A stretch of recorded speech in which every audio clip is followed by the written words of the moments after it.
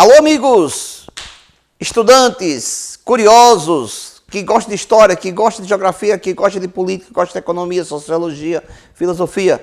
Você que é apaixonado pelas ciências humanas, você que gosta de conhecer os fatos históricos, de compreender a realidade. Sejam bem-vindos ao nosso canal Oficina de Humanas, onde semanalmente publicamos material para que você conheça a história do Brasil, a história da humanidade e fatos relacionados às ciências humanas. Ao mesmo tempo, convidamos você para se inscrever em nosso canal no YouTube, Oficina de Humanas. Se inscreva em nosso canal, pique lá o sininho, que toda vez que a gente publicar material, você vai ser alertado. Também convide seus amigos que têm afinidade com as ciências humanas, os conhecidos, os colegas de trabalho, os colegas de faculdade, os colegas de colégio, para que conheça as ciências humanas e ajude a divulgar o conhecimento pelo Brasil através das redes sociais do nosso canal no YouTube. Então, fazemos o convite a todo o povo que gosta de ciências humanas. Se inscreve no nosso canal e vamos viajar pela história da humanidade.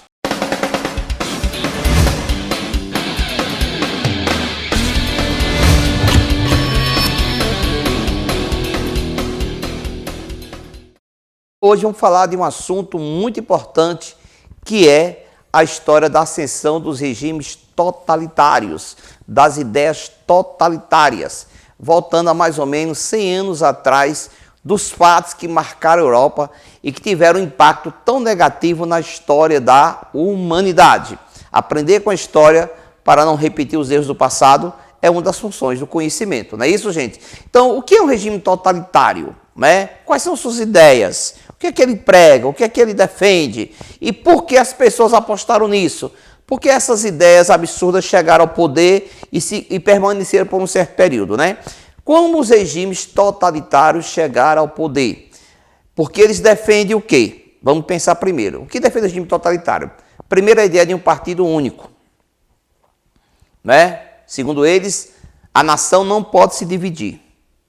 A nação tem que estar unida. Então, não pode existir mais de um partido. Segundo, a ideia do militarismo, né? De que o sujeito deve se comportar como soldado. Daí as frases repetidas nas escolas, onde as pessoas eram doutrinadas para se imaginar como um soldado que não contesta, que não questiona, que não discute, que aceita as ordens do comandante, né? Terceiro elemento que fez a burguesia apoiar os regimes totalitários foi o fato da ameaça comunista, né? A burguesia apoiou Mussolini e a burguesia apoiou Hitler como instrumento para barrar o avanço do movimento socialista que crescia no pós-Primeira Guerra Mundial. O nazifascismo também prega o romantismo. O que é romantismo na história? Romantismo é a venda de uma ideia que é ilusória, que desperta paixões, que desperta emoções, que não pode se concretizar, mas que vende para as pessoas acreditar. A ideia do regime totalitário não é despertar razão nas pessoas, é despertar a emoção, né? A vibração, o sonho, é tirá-lo da racionalidade e envolver em ideias postas e repetidas diariamente para que ele acredite nos grandes sonhos na grande nação, né? Uma outra característica também do nazifascismo, que é muito forte, é a ideia de que o poder tem que estar com o Estado. Tudo pelo Estado, tudo com o Estado, nada fora do controle do Estado. Professor, mas e aí, o liberalismo? O regime totalitário, ele não é anticapitalista, mas ele é antiliberal, no sentido de que ele defende que o Estado deve ter um papel de protagonista no desenvolvimento econômico. Essas ideias vão crescer e vão prosperar, porque as pessoas abririam mão da democracia, da sua liberdade, do direito de escolher em quem votar, do direito de falar, de expressar suas ideias, porque eu renunciaria a esses bens para apostar em ideias totalitárias. Como as pessoas caminharam para o mundo nazifascista? Esse é o nosso tema que a gente vai abordar agora. Primeira coisa, aqui você tem os principais líderes desses regimes. Hitler na Alemanha, Mussolini na Itália, considerando que a Itália foi o primeiro país fascista da Europa e Hitler se inspirou em Benito Mussolini. Aí veja bem, a importante é o seguinte, na história os fatos acontecem e uma das coisas mais importantes que se tem é por que eles aconteceram. Não existe o fatalismo histórico do tipo, as coisas aconteceram porque tinham que acontecer. Não funciona assim. Existe um contexto, uma situação que levaram as pessoas a acreditar nisso. Primeiro ponto, o que era a Europa pós Primeira Guerra Mundial? A Europa tinha perdido a liderança econômica do mundo, né? Os países mais ricos do mundo eram Inglaterra, Alemanha, França. Perdeu a liderança. Para quem? Para os Estados Unidos. A Europa passava por profundas dificuldades econômicas. O povo descrente, sem casa, sem emprego, sem o que comer, sem o que vestir, sem ter onde morar. O que é que está falando mais alto nesse momento? As suas necessidades materiais. E aí vem a pergunta, é melhor a democracia com fome ou a ditadura com emprego? O que vale mais? Esse contexto marcou a Europa nisso aí. Segundo elemento importante, isso aí são as necessidades do povo. Os vencedores da Primeira Guerra Mundial não se preocuparam em construir um acordo de paz que resolvesse os problemas, como propôs o presidente dos Estados Unidos. Ele queria um acordo de paz conciliador. Os 14 pontos de Woodrow Wilson, um acordo de paz conciliador. Franceses e ingleses não pensaram assim. Então o Tratado de Versalhes impôs condições humilhantes à Alemanha. A Alemanha foi proibida de ter indústria bélica, fábrica de aviões, um efetivo militar superior a 100 mil homens, não podia ter militares na Renânia, então foi obrigado a indenizar os adversários, teve que entregar suas colônias. Então a humilhação imposta aos alemães despertou um orgulho ferido aos alemães. E esse orgulho ferido foi usado por um militar que lutou na Primeira Guerra Mundial, Adolf Hitler, foi ferido em combate e se aproveitou desse discurso para mexer com o nacionalismo alemão, buscando o quê? Se aproveitar disso para chegar ao poder. Esse é um elemento. Outra coisa, a crise dos ideais liberais. Por que se acreditou no totalitarismo? Porque a democracia, o liberalismo, a liberdade de expressão, o direito de propriedade, não estava resolvendo os problemas do povo. O desemprego, a falta de moradia, a falta de acesso à educação, à saúde, à alimentação, não é isso? Então, essa crise fazia com que o povo buscasse um salvador da pátria, entre aspas, ainda que fosse um ditador. Então, isso criou um ambiente favorável, né? Segunda coisa, quarta coisa, o temor da burguesia com o avanço do socialismo. A burguesia pensou, já que o liberalismo não resolve os problemas e o povo está descrente e pessimista, é melhor ter o nazifascismo do que ter o comunismo. Então, Hitler e Mussolini vão chegar ao poder com o apoio da maioria da burguesia. Como instrumento de quê? De barrar o movimento socialista. Tá certo, gente?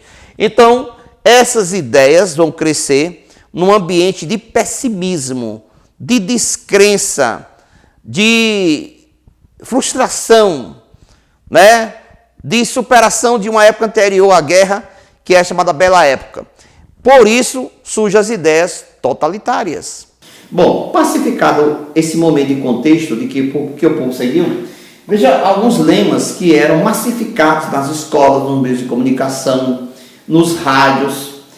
Goebbels, chefe da propaganda nazista, dizia: uma mentira dita 100 vezes se torna verdade. Ou seja, uma ideia que você escuta a primeira vez e que você entende que é absurda, a massa, quando escuta repetidamente, de tanto ouvir aquilo, a mentira parece ser verdade. Aí vem as frases: quem tem aço tem pão. O que isso quer dizer? Quem tem arma, poder bélico, conquista riqueza. Então é a ideia do militarismo, né? Outro, é melhor um dia de leão do que 100 anos de carneiro. É a história, mais vale um dia no campo de batalha, ainda que eu morra em combate, do que ter vivido 100 anos e nunca ter combatido. O verdadeiro homem vive em combate. Outra, a guerra é para o homem, o que a maternidade é para a mulher.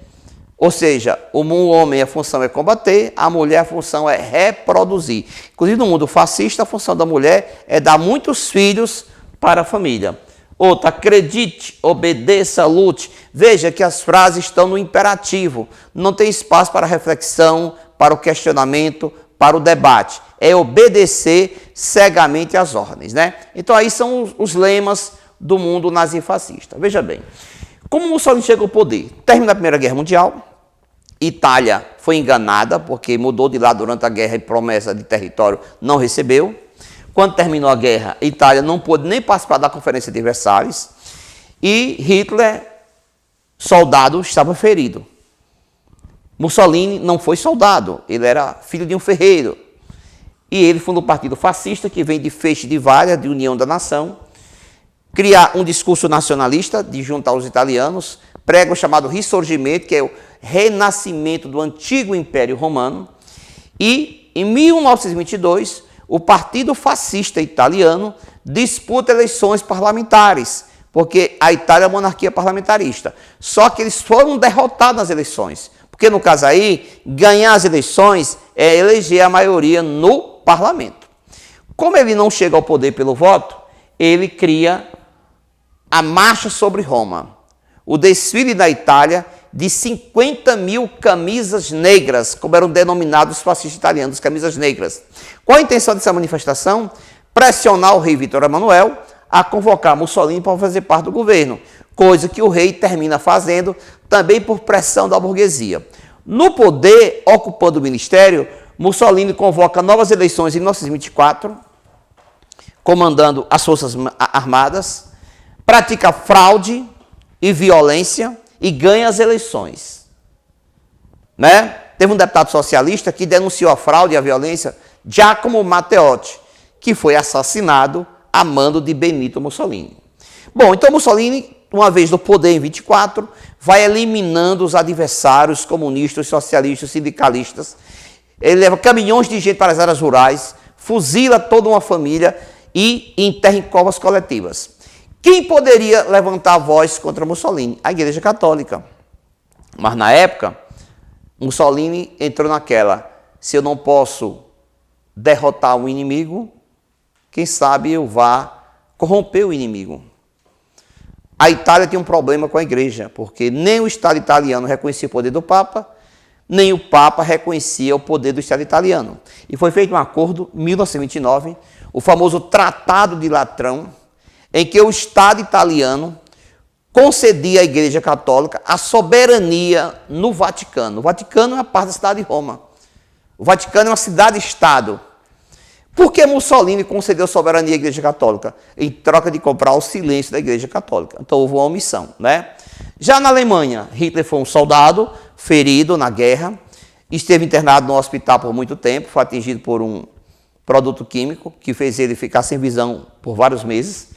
Depois, fundou o Partido Nazista, pregava o reerguimento da Alemanha, tentou tomar o poder pelo golpe putin-nazista, não deu certo, ganhou cadeia, foi condenado à prisão, depois de algum tempo, terminou sendo libertado e anistiado. Olha como são as coisas. Antes de Hitler, uma comunista alemã, Rosa Luxemburgo, tinha tentado tomar o poder pelas armas. Foi presa, condenada à pena de morte e fuzilada. Era comunista. Hitler faz a mesma coisa. Tenta tomar o poder pela força, não é condenado à pena de morte, não é fuzilado, é condenado à prisão. E na prisão escreveu o livro Minha Luta, onde defende suas teses, inclusive antissemitas. Então, na prisão, Hitler escreveu o livro que era a base de sua doutrina. Defendeu o extermínio de judeus, de ciganos, de negros, de pessoas com deficiência e dos comunistas. É isso? Como forma de salvar a Alemanha. Hitler, em 1932, vem a crise de 29, que aprofunda a crise econômica na Alemanha. Quanto mais o país entra em crise, melhor para o nazifascismo, porque aumenta a descrença nas pessoas e abre espaço para os ditadores, para os salvadores da pátria, como se fala. E Hitler disputou as eleições presidenciais, perdeu a eleição para um presidente, Hindenburgo, que era general alemão da Primeira Guerra Mundial. Só que a burguesia alemã pressiona o general eleito presidente a nomear Hitler para o cargo de chanceler. Em 1933, Hitler veio chanceler na Alemanha. Hindenburg morreria em 1934. Em 1934, uma vez no poder, Hitler era tão doente que ele mandou matar de uma vez só mais de 300 membros do partido nazista. Mas, professor, mas o do partido nazista era quem era do partido nazista, mas que ele achava que não era fiel a ele, pessoa do Hitler, ele mandou executar a famosa Longa Noite dos Punhais. E mandou incendiar o parlamento para colocar a culpa nos comunistas e a justificar a perseguição aos comunistas, né?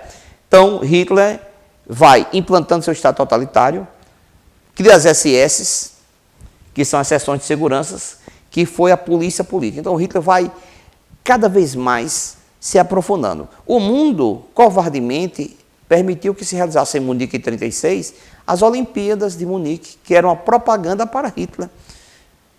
Mas nem tudo sai como previsto. Um atleta negro dos Estados Unidos, Jesse, conseguiu impor 4 derrotas no atletismo a 4 atletas diferentes da Alemanha. Hitler ficou tão envergonhado que se recusou a entregar a medalha. Como pode os arianos perderem seguidamente para um negro, né? Isso era inadmissível. Bom, mas aí Hitler vai criar um Estado totalitário que vai jogar o mundo para quê, gente? Para a Segunda Guerra Mundial, que vai praticar o extermínio de 6 milhões de judeus, né? Mussolini vira aliado de Hitler e que faz um pacto junto com o Japão, pacto anti-Comintern, que levaria o mundo à Segunda Guerra Mundial.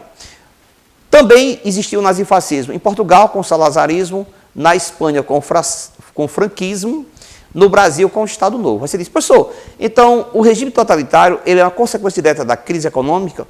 Veja bem, tem a ver, influencia, mas nem todos os países para sair da crise precisaram ser totalitários. Exemplo, Estados Unidos. Os Estados Unidos viveu a crise de 29, grande depressão. O que é que o povo fez? Votou na oposição. Elegeu Franklin Delano Roosevelt, presidente, que criou o New Deal, o novo acordo, um plano de reerguimento como os Estados Unidos.